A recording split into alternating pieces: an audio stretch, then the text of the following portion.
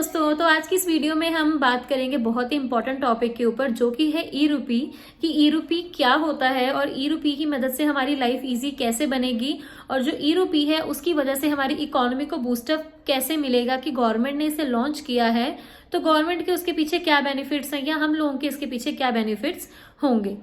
तो देखिए, आरबीआई ने, जो कि रिजर्व बैंक ऑफ इंडिया है, उन्होंने 31 अक्टूबर 2022 में ई रूपी को लॉन्च किया होलसेल सेगमेंट के लिए अंडर पायलट प्रोजेक्ट। और ऐसा माना जा रहा है कि जो गवर्नमेंट है वो ई रूपी की मदद से जितनी भी हमारी करेंसी एक्सचेंज है उसको डिजिटल बनाने की कोशिश कर रही है। बट अब आप सबके माइंड में क्वेश्चन ये आ रहा होगा कि जब ऑलरेडी कुछ प्लेयर्स मार्केट में अवेलेबल हैं, जैसे IMPS, UPI या NEFT या RTGS ऑलरेडी अवेलेबल है, जिसकी मदद से हम लोग अपनी मनी एक्सचेंज कर सकते हैं, एक पर्सन से दूसरे पर्सन को दे सकते हैं, तो ई रूपी ऐसा क्या डिफरेंट लेकर आएगा। तो इसी के साथ हम जानते हैं कि जो ई रूपी है वो क्या होता है। तो अगर मैं आपको सिंपल लैंग्वेज में बताऊं कि ई रूपी क्या होता है, सो ई रूपी एक डिजिटल प्रीपेड वाउचर है जो कि किसी भी पर्सन को उसके फोन पर SMS या QR कोड के फॉर्म में दिया जाएगा, जिसे वो कहीं पर भी जाकर रिडीम कर सकता है। जैसे कि आपको पता है आजकल हम गूगल पे या फोन पे की मदद से भी पेमेंट्स करते हैं। आप किसी का भी QR कोड स्कैन कर सकते हो, आप उसकी पेमेंट कर सकते हो।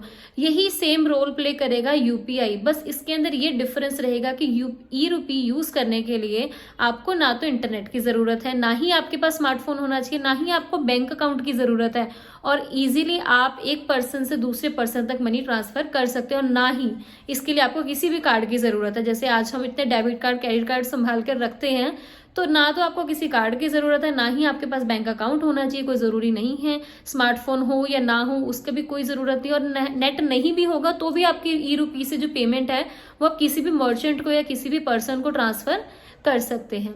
सो आई होप आपको काफी पसंद आया होगा। तो इसके बाद हम देखते हैं इसका नेक्स्ट की जो ई रूपी है उसको लॉन्च किसने किया है। तो अब बात करते हैं कि ई रूपी को किसने लॉन्च किया। ई रूपी को लॉन्च किया NPCI ने।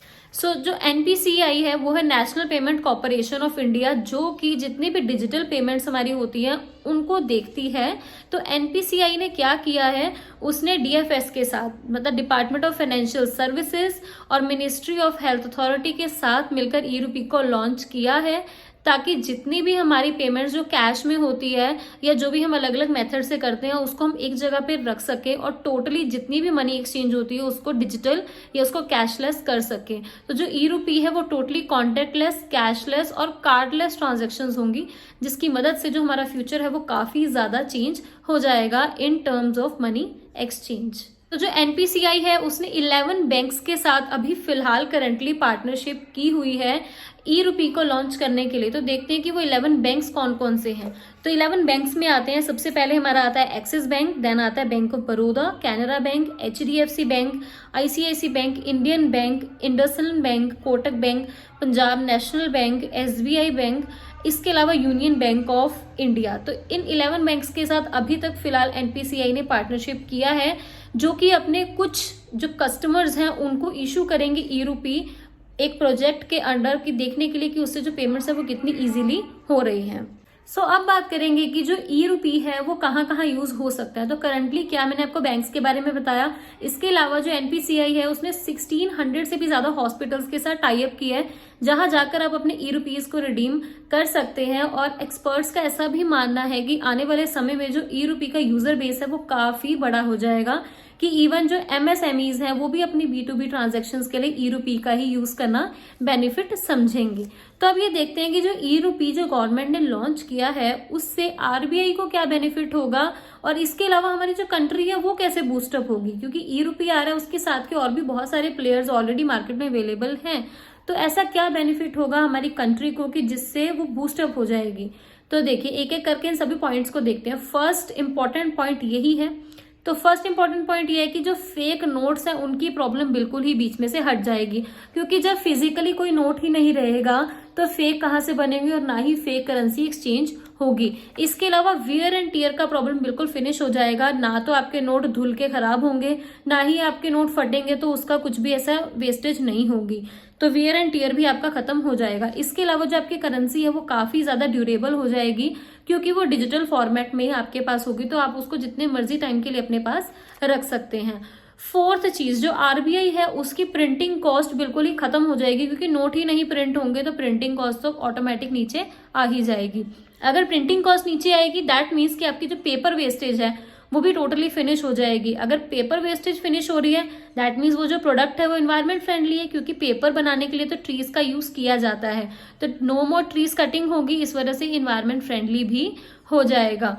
और मनी लॉन्ड्री बिल्कुल फिनिश हो जाएगी, क्योंकि सभी डिजिटल फॉर्मेट पे है। इसके अलावा जो गवर्नमेंट है वो प्रॉपर तरीके से मनी कंट्रोल कर पाएगी कि कितने नोट्स इशू किए जा रहे हैं और पूरी कंट्री में विद इन अ ईयर कितनी करेंसी यूज होती है लोगों के द्वारा, जिससे कि गवर्नमेंट को जब भी आगे कोई नई स्कीम चलानी है, कोई भी मेजर्स लेने हैं, प्रोटेक्टिव मेजर्स लेने हैं, तो वो बहुत ईजिली ले पाएंगे। और इसके अलावा जो ट्रांजैक्शन कॉस्ट है वो काफी हद तक कम हो जाएगी। ट्रांजैक्शन कॉस्ट क्या होती है कि जब भी हम एक बैंक से दूसरे बैंक में मनी ट्रांसफर करते हैं तो कहीं पर कुछ चार्जेस जो है हमें बैंक को पे करने पड़ते हैं, या जो हम एप्स यूज करते हैं उनको हमें पेमेंट करनी पड़ती है।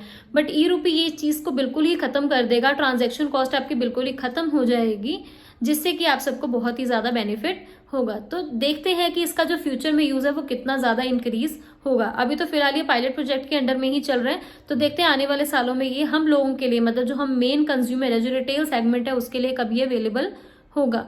तो आज की वीडियो के लिए इतना ही। अगर आपको ये वीडियो पसंद आई हो तो वीडियो को लाइक कीजिएगा, चैनल को सब्सक्राइब कीजिएगा।